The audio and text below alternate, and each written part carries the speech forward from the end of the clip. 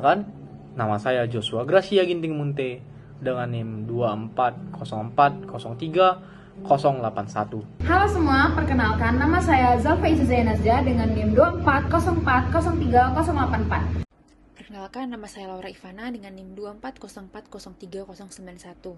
Perkenalkan, nama saya Miranda Syanipar dengan NIM 2404031103. Halo semuanya, perkenalkan nama saya Will Giovanni dengan NIM 2404031121. Perkenalkan, nama saya David Fernando Sitohang dengan NIM 2404031138. Pernah nggak sih kalian bertanya-tanya, bagaimana sih para peneliti itu dapat mengambil kesimpulan dari ribuan, puluhan, atau bahkan jutaan yang ada? Nah, hal ini berkaitan dengan yang namanya teknik sampling. Teknik sampling merupakan metode untuk mengambil sebagian data atau anggota dari populasi dengan tujuan agar sampel tersebut dapat mewakili keseluruhan populasi. Dengan kata lain, kita nggak perlu meneliti semua orang, jadi hanya beberapa aja yang dibutuhkan. Teknik sampling dibagi menjadi dua, probability sampling and non-probability sampling. Probability sampling merupakan teknik sampling di mana setiap anggota populasi memiliki peluang yang sama untuk terpilih menjadi sampel. Nah, teknik ini dianggap lebih objektif karena hasilnya dapat digeneralisasi ke seluruh populasi. Yang kedua ada non-probability sampling. Non-probability sampling adalah teknik pengambilan sampel di mana tidak semua orang di anggota populasi itu memiliki peluang yang sama. Jadi, maka datanya kurang representatif dan rentan terhadap bias.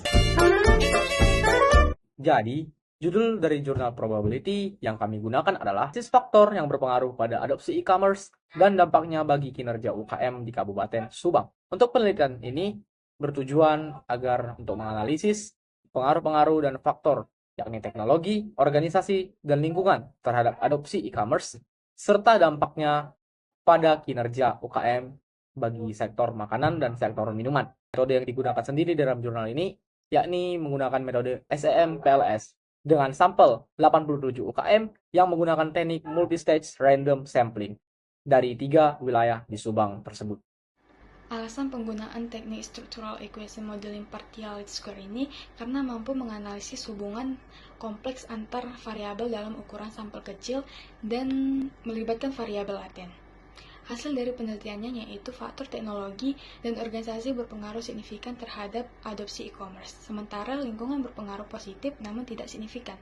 Adopsi e-commerce dan teknologi berdampak langsung pada peningkatan kinerja UKM, sedangkan organisasi dan lingkungan tidak berpengaruh signifikan.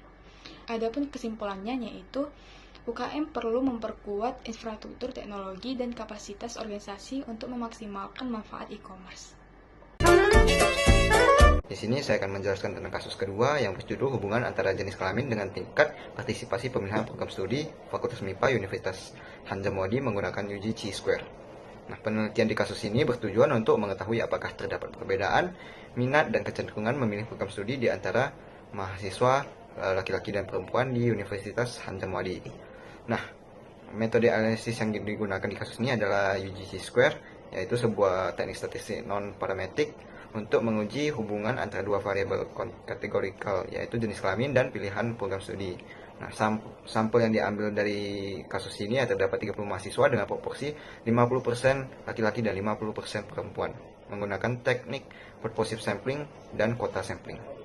Nah, pada penilaian ini, uji Chi-square dipilih karena tidak membutuhkan distribusi normal sehingga cocok untuk data nominal dan efektif untuk melihat hubungan antar kategori. Nilai Chi-square dihitung adalah 1,033, sedangkan nilai tabel sebesar 9,488 pada taraf signifikansi 5%. Nah, karena nilai hitung lebih kecil dari nilai tabel, maka tidak ada hubungan signifikan antara jenis kelamin dan juga pilihan program studi. Sehingga kesimpulannya adalah jenis kelamin tidak mempengaruhi pilihan program studi mahasiswa di Fakultas MIPA Universitas Hamzanwadi. Jurnal tentang e-commerce termasuk kategori probability sampling karena menggunakan multistage random sampling, yaitu pemilihan sampel secara acak sehingga setiap UKM memiliki peluang yang sama untuk terpilih dan hasilnya dapat digeneralisasi ke populasi. Sementara itu, jurnal tentang jenis kelamin dan program studi termasuk non-probability sampling karena menggunakan purposive sampling dengan kota, di mana sampel dipilih secara sengaja tanpa acakan, sehingga tidak mewakili populasi secara keseluruhan.